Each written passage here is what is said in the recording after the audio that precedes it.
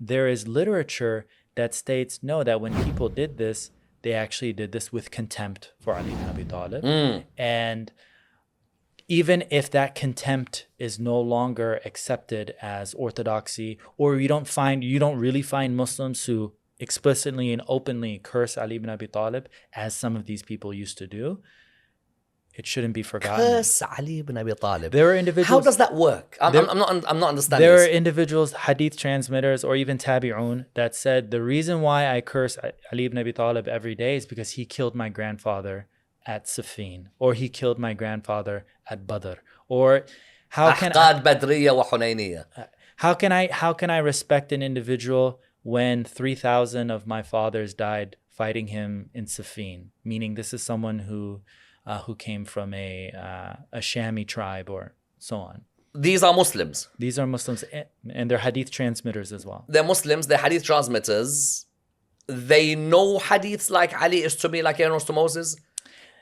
These are individuals who say, when you tell me that the Prophet said, manzilatu, who is like Harun, they'll say, no, we heard Qarun, right? So correct. Right. Yes. These are individuals who will say, Haris bin Uthman. Yeah. These are individuals who say, these are all fabrications that you guys are arguing, or that you guys are claiming in terms of Ali ibn Abi Talib. The fada'il that you all narrate, these are the claims of the Shia of Iraq.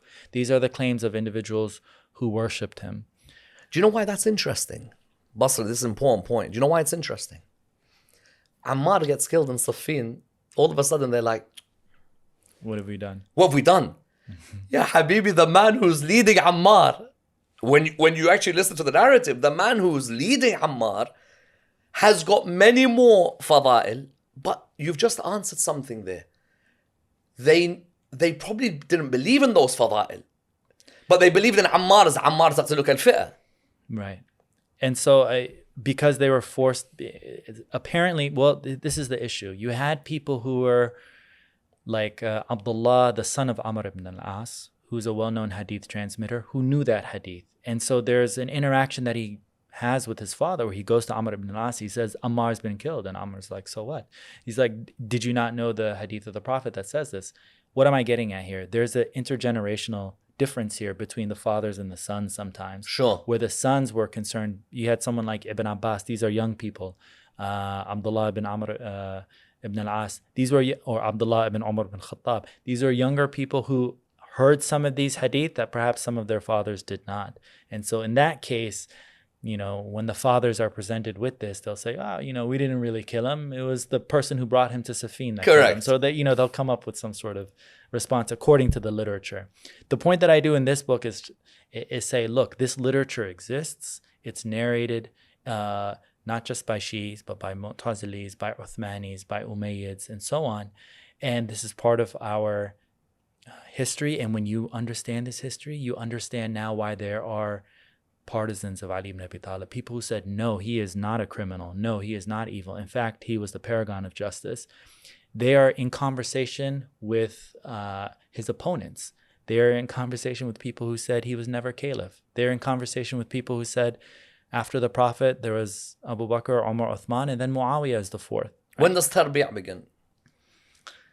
Because you allude to, I think, Scott Luke.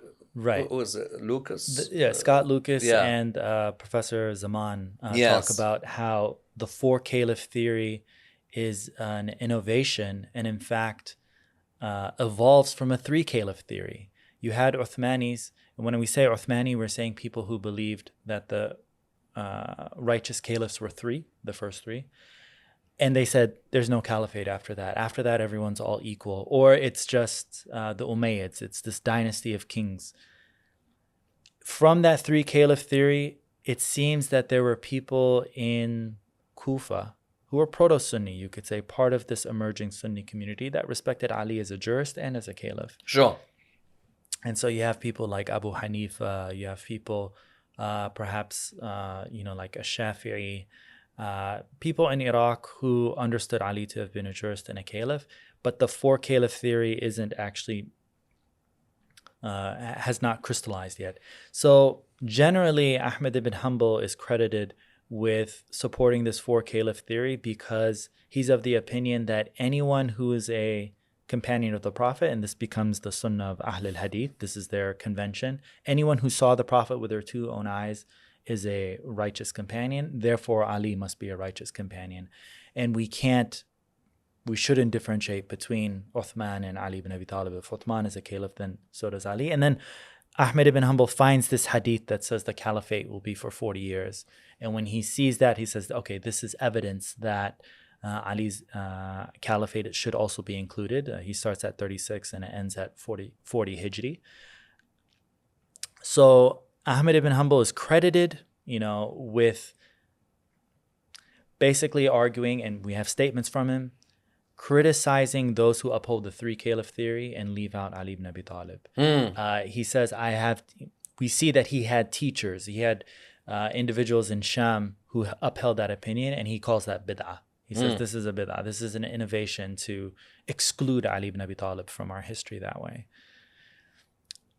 As an historian, I'm hesitant to credit it to one person. I'd argue that even before Ahmed ibn Hanbal, the fact that you had Ma'mun not once but twice argue that Ali was afdal, and you had people writing treatises and arguing over this issue of who is the best, forced people to reconsider the question of Ali's caliphate. And so I would say the end of the 2nd century Hijri is when people start believing that all companions are righteous, again, to move past all of the polemics over who's right and who's wrong.